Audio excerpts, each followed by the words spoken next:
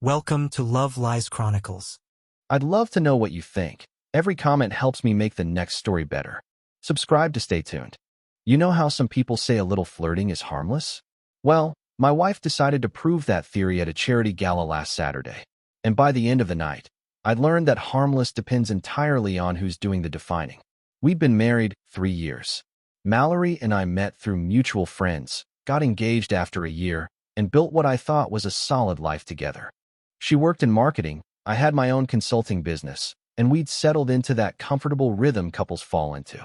Most days were good. Some were great. A few had tension, but doesn't every marriage?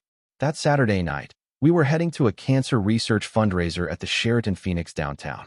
Black tie event, the kind where people write big checks and feel good about themselves. Mallory looked stunning in her navy blue dress, the one that always turned heads. Walking into that ballroom with her on my arm, I felt that familiar pride. Yeah, that's my wife. The place was packed. Maybe 70 or 80 people, all dressed to impress, champagne flowing, silent auction tables lining the walls. Mallory kissed my cheek and said she was going to mingle. I headed to the bar to get us drinks. When I came back 5 minutes later, she was deep in conversation with some guy near the appetizer table. Mid-30s, expensive suit, confident posture. Troy something, I'd learn later. Tech entrepreneur type. Nothing unusual about talking to people at these things. Except she had her hand on his forearm, and she was leaning in close. And she was laughing at whatever he said like it was the funniest thing she'd ever heard. I walked up with her wine. She didn't notice me for a solid 20 seconds. When she finally did, she smiled like nothing was off. Troy excused himself, and Mallory took her drink. How do you know him? I asked. Just met him. Nice guy? Works in software. She sipped her wine and moved toward the auction tables. I followed, trying to shake the weird feeling in my gut. Maybe I was reading too much into it. She was just being friendly, right? 20 minutes later, I found her at the silent auction area talking to another man. Same routine, playing with her hair, touching his arm, maintaining eye contact just a little too long. This guy had his wife standing right there, looking uncomfortable. The wife caught my eye across the table. We shared a look, the kind where you both know something's off, but nobody says anything. Then came the dancing. Live band, decent music, people swaying on the makeshift dance floor. I watched Mallory dance with yet another guy. Nothing technically wrong with it. Just that body language. The way she angled toward him. The way she laughed. I finally asked if she wanted to dance with me. She seemed annoyed by the interruption, but agreed. We danced one song. She kept looking around the room like she was searching for her next conversation. The drive home was quiet for the first 10 minutes. I finally broke the silence. You seem to really enjoy yourself tonight. Yeah, it was a great event. Why? She said it casually, but there was an edge underneath. You were pretty friendly with a lot of guys. She turned to look at me. Are you seriously jealous right now? I'm not jealous. I just noticed. You're overreacting. It's just flirting. Harmless conversation. It didn't feel harmless. That's your insecurity talking. I can't believe you try to control who I talk to. I backed down immediately. Sorry, I didn't mean it like that. She seemed satisfied with my retreat. Turned on the radio, changed the subject. Case closed, apparently. When we got home, she went straight to bed. I poured myself a bourbon and sat on the couch, replaying the evening in my head. Was I overreacting? Was this normal?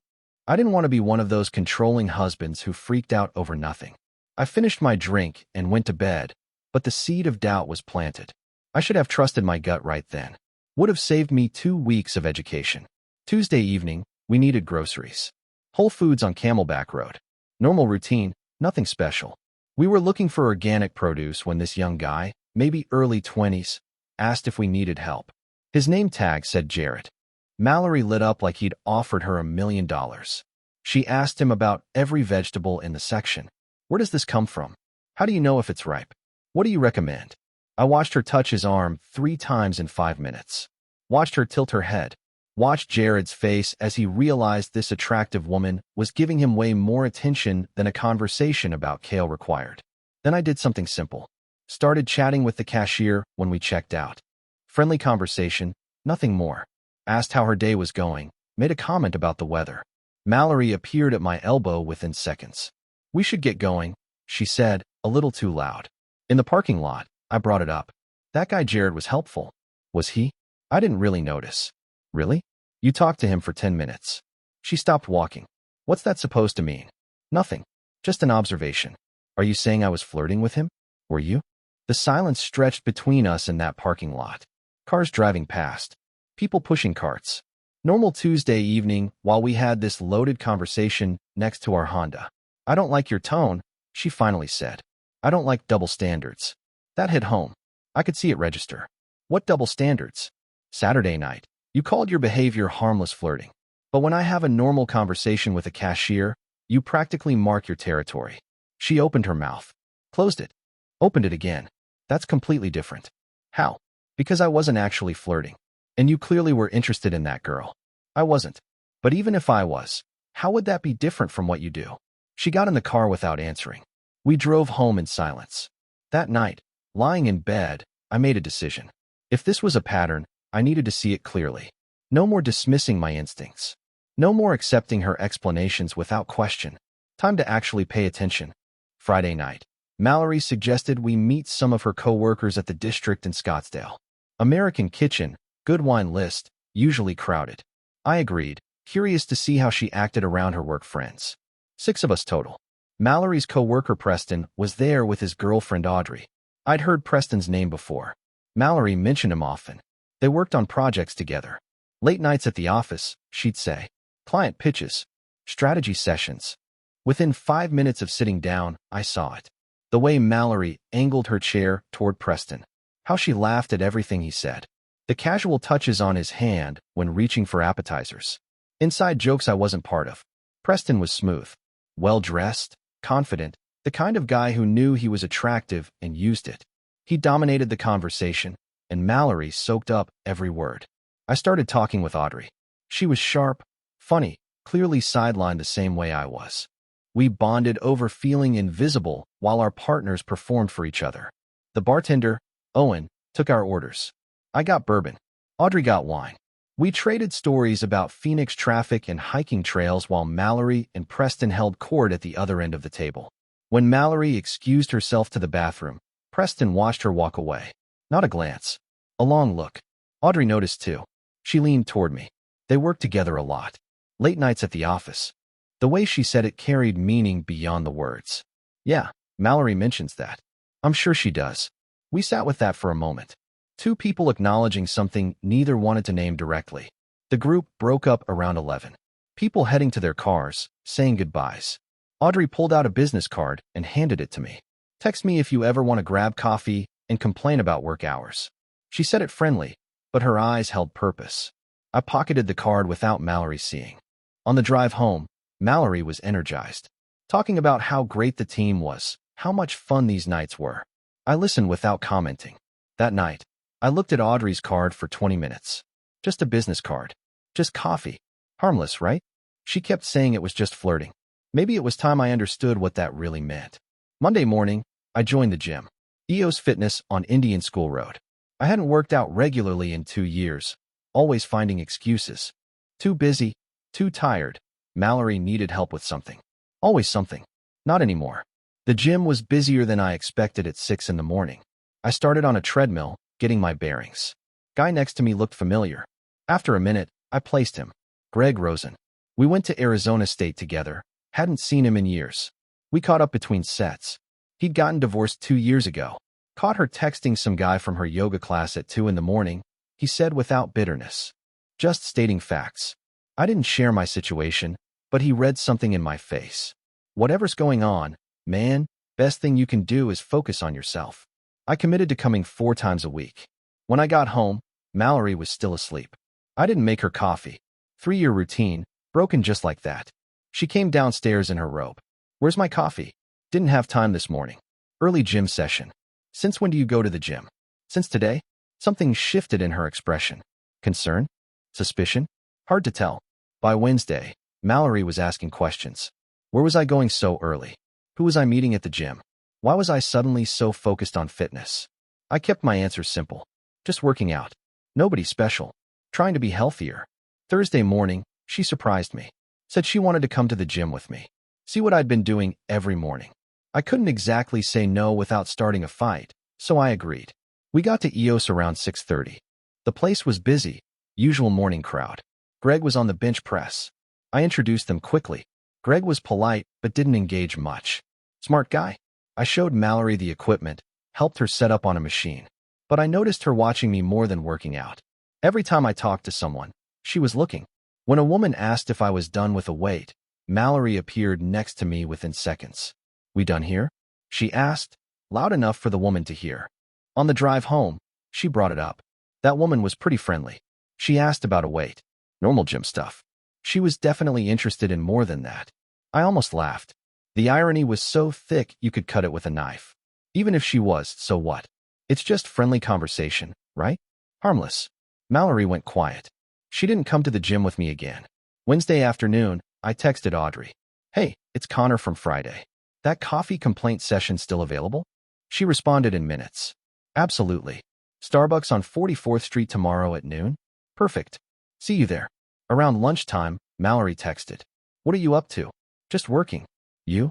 "Office is crazy. Might be late tonight. Preston and I have a client pitch to finish." I stared at that text. Preston and I, working late. Again. Preston, huh? You two working late again? Don't start. It's just work. I know. Just flirting with deadlines. She didn't respond for 2 hours. I smiled at my phone. First time I'd pushed back, even subtly. Thursday at noon, I walked into Starbucks. Audrey was already there, sitting outside on the patio. Casual work clothes, genuine smile when she saw me. We started with safe topics. The heat, work stress, Phoenix restaurants. Then it shifted. "So Preston mentioned Mallory's married. That's you? 3 years. You and Preston? Dating for 8 months. He's been distant lately." The pause held weight. We both knew what we weren't saying. They talked about work, but also life. She was easy to talk to. Laughed at my jokes. Asked questions, and actually listened to the answers. Nothing romantic. Just connection. Being seen by someone after feeling invisible. Her phone buzzed. She glanced at the screen. Preston asking where I am. I told him I had a work lunch. Told Mallory the same thing. We looked at each other, acknowledging the game without naming it. "This is weird, right?" I said. "We're both here because they made us feel invisible," she finished. "And we needed to be seen." The truth landed hard. We finished our coffee and agreed to do it again. Left as friends, not anything romantic, but definitely intentional. That evening, Mallory came home around 7. I was cooking dinner. "How was your day?" "Good. Had coffee with a friend." "Oh, who?" "Just someone I met recently." "No one you know." I stayed deliberately vague, matching her energy from recent weeks. "Man or woman? Does it matter?" "I'm just curious." "Her name's Audrey. We talked about life, work, the usual stuff." She froze mid-sip of wine. "Audrey? How do you know an Audrey?" "Met her at the district last week." Recognition crossed her face. "That's Preston's girlfriend." I had coffee with Audrey. She's her own person, not just Preston's girlfriend. "Why would you do that?" I turned from the stove. Looked at her directly. "It's just coffee. Harmless conversation. You know, like flirting." She went through emotions fast. Confusion, then anger, then something like realization. "That's not the same thing at all." "How is it different?" "Because you clearly did it to get back at me." "I did it because someone actually wanted to hear what I had to say." Silence filled the kitchen. Mallory left the room. I went back to cooking. That night, we slept on opposite sides of the bed. No words exchanged. Friday afternoon, I ran into someone unexpected. I was grabbing lunch at a deli in Scottsdale when I heard my name. "Connor?" "Connor Walsh." I turned. "Rachel, friend of Mallory's from college." Hadn't seen her in maybe a year. "Rachel, hey. How are you?" "Good, good." "You here alone?" "Yeah, just grabbing a quick bite." She hesitated, then sat down across from me. There was something in her expression. Concern, maybe. "How's Mallory?" "She's good. Working a lot." Rachel nodded slowly. "Look, I don't usually get involved in people's relationships. But I saw her last week at a happy hour downtown. She was with some guy. Very friendly, if you know what I mean. Preston, her coworker." Rachel looked relieved I knew. "Okay, good." I wasn't sure if I should say anything. But if it were me, I'd want to know. "I appreciate it." "Really?" She seemed like she wanted to say more, but held back. We finished our sandwiches, exchanged pleasantries, went our separate ways. But it was another piece of validation. Another person seeing what Mallory kept insisting wasn't there. Sunday was family dinner at Mallory's parents' house in Tempe. Monthly tradition. Her parents, her sister Nina, and Nina's husband. Usually relaxed, but that day Mallory was different. She stayed close to me. touched my arm constantly, redirected conversations whenever I talked to anyone else, performing the devoted wife role. Nina noticed, raised an eyebrow at me across the table. After dinner, the men watched football. Nina's husband commented, "Mallory seems extra attached today." "Just one of those days," I said. Later, Nina found me alone in the backyard. My sisters always needed attention. Even as kids, she had to be the center of everything. I'm starting to see that. Whatever's happening, don't lose yourself trying to fix her. She'll take as much as you give. The validation meant something, coming from someone who'd known Mallory her whole life. Driving home, Mallory asked if Nina said anything to me. Just small talk. She's always judging me. Or maybe she just sees things clearly. Mallory went silent the rest of the drive. Tuesday morning at the gym, Greg and I spotted each other on bench press. "You seem lighter, man." Something changed. I think I'm finally seeing my marriage clearly. I told him about the pattern. The flirting, the gaslighting, the double standards. He listened without judgment. My ex did the same thing. Accused me of being controlling while she was texting some guy from yoga classes. How'd you know when it was over? When I realized I was happier at the gym than at home. When peace meant being away from her. I let that sink in. "You seeing a lawyer?" "Not yet. Maybe." He handed me a business card. "Kent Bradley. He handled my divorce. Straight shooter. Just in case." I pocketed the card. Wasn't sure I wanted divorce. I just wanted my wife to see me. But maybe those were the same thing. Wednesday evening, I finished at the gym and drove past the Starbucks where I'd met Audrey. Mallory said she'd be working late, but her car was in the parking lot. I parked where I could see through the window. Mallory sat across from Preston. Just the two of them. No laptops, no work materials. Laughing, leaning close. Preston's hand covering hers on the table. I watched for 20 minutes. The body language was unmistakable. This wasn't coworkers. This was emotional affair territory. They finally left. Walked to the parking lot together. Preston hugged her, kissed her cheek. Lingered too long. They checked their phones before getting in separate cars. My phone buzzed. Text from Mallory. "Still at office. Be home around 8. Lies. Direct lies. I drove home with strange calm. Not devastation. Confirmation. I'd known, but seeing it removed all doubt. When she came home at 8:15, I was on the couch reading. "Sorry, client presentation ran long." "How'd it go?" "Really well. Preston and I make a good team." "I bet you do." She missed the subtext completely. So used to me accepting her lies, she didn't bother making them believable anymore. Friday afternoon, I took a half day. Didn't tell Mallory. Drove to Kent Bradley's office in downtown Phoenix. Professional space, no nonsense. Kent was mid-40s, experienced, direct. I laid out the situation. Emotional affair, gaslighting, double standards. Any joint assets? Houses in both names. 2 cars, separate loans. Savings account. No kids. Arizona is no-fault divorce state. Makes things simpler. He explained the process. Timeline, likely outcomes, what I could expect. "Do you want to save the marriage?" I paused. First time saying it aloud. "I want to save myself." He nodded like he'd heard it before. "Then here's what you do." He outlined the strategy. Document evidence ethically. Separate finances. Prepare paperwork. No rush. But if I decided, act decisively. I left with a folder of documents. Didn't file anything yet. Wanted one more conversation first. I wasn't trying to punish her. I was trying to protect myself from someone who couldn't see me as worth respecting. After leaving Kent's office, I drove to a different Starbucks. Not the one where I'd seen Mallory with Preston. Somewhere neutral. I ordered black coffee and sat outside, folder on the table next to me. A couple walked by, holding hands, laughing about something. They looked happy, genuinely connected. I remembered when Mallory and I were like that. Early days of dating, everything felt easy. When did it change? Maybe it didn't change. Maybe I just started noticing what was always there. Her need for attention. The way she tested boundaries. How she'd flirt with the waiter even on our first date, and I'd thought it was cute. Confident. I called it confidence when maybe it was something else entirely. My phone buzzed. Text from Greg. "How'd the meeting go?" I typed back. "Good. Got clarity." That's all you need, man. Clarity. He was right. I'd spent 3 years making excuses, explaining away behavior, accepting gaslighting as truth. Now I could see everything sharp and clear. The pattern wasn't new. I was just finally paying attention. I finished my coffee, threw the cup away, drove home with the folder on my passenger seat. Physical evidence of what might come next. Saturday night. Mallory suggested we go out. Reconnect, she said. I agreed, curious what she was playing at. We went to the district. Owen the bartender recognized us from before. We got drinks, found a table. Mallory was on her phone within minutes, texting someone. I excused myself to the bathroom. When I came back, she was talking to some guy at the bar. Same pattern. Touching his arm, laughing, leaning in. The guy clearly interested. I didn't interrupt. Just watched. After a few minutes, I walked up. Introduced myself. Hey, I'm Connor. Mallory's husband. The guy looked embarrassed. Made an excuse and left quickly. Why did you do that? Do what? Embarrass me like that. We were just talking. Just flirting, you mean.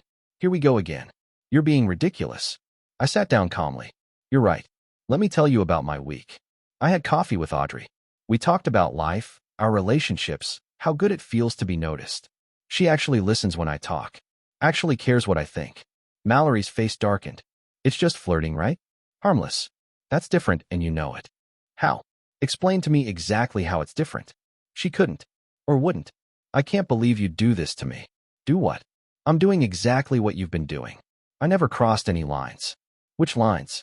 The ones you drew for me, but not yourself? So what? You're sleeping with Audrey now? No. But would it matter if I was? You've been having an emotional affair with Preston for months. That's not. We're just. Save it. I saw you Wednesday. Starbucks on 44th Street. The lies about working late. His hand on yours. The way you looked at each other. She went pale. You followed me. I observed a pattern.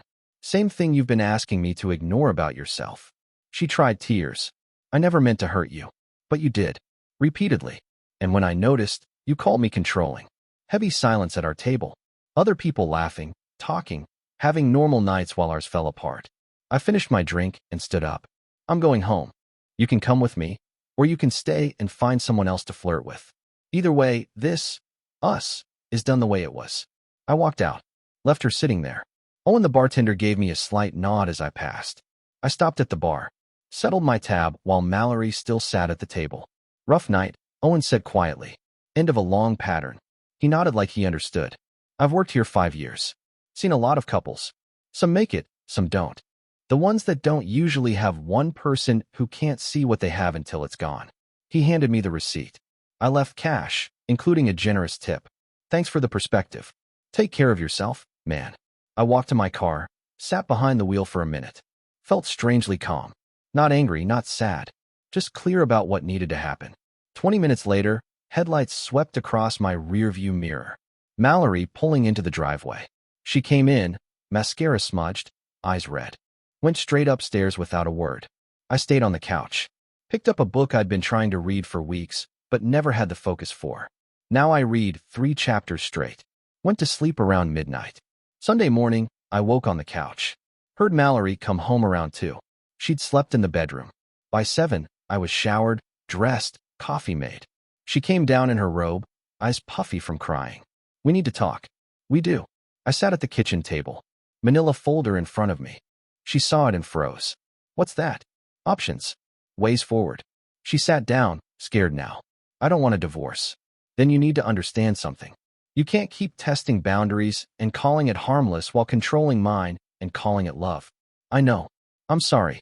I'll change. I've heard that before. After the gala. After Whole Foods. After every time I mentioned it. This time is different. You're right. It is different. Because this time, I'm different. I slid the folder across the table. Those are divorce papers. Not filed yet. But ready. She opened it, started crying harder. I don't want to use them. But I will if necessary. What do you want? I want you to understand what you've been doing. The flirting, the gaslighting, the double standards. I went through each incident. The charity gala with Troy and the others. Whole Foods with Jared. The district with Preston. The late night work sessions. The lies about Wednesday. She tried defending each one. I calmly refuted them all. You kept saying you're overreacting. It's just flirting. So I started just flirting too. With Audrey. Yes. And suddenly, you understood boundaries perfectly.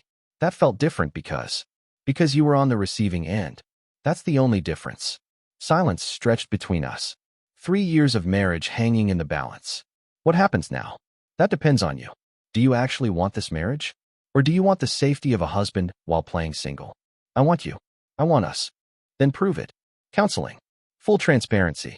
Hard boundaries with Preston. No more gaslighting when I notice something wrong. She nodded desperately.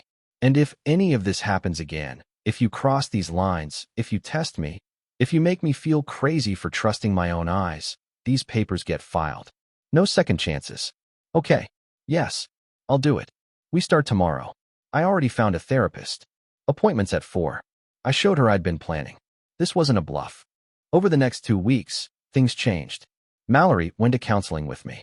She texted Preston about creating professional distance. Started being present at home instead of always on her phone. The first therapy session was awkward.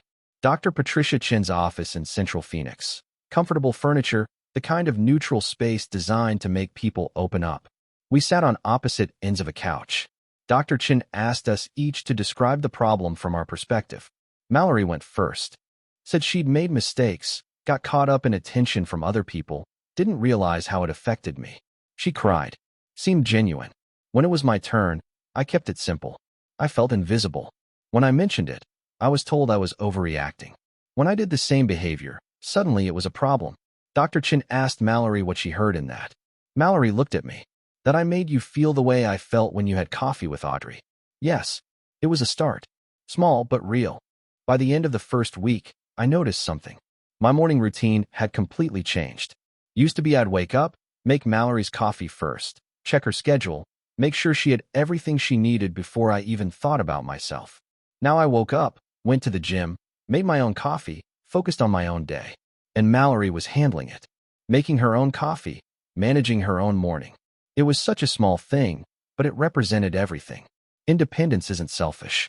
It's necessary. At the gym, Greg asked how things were going. She's trying.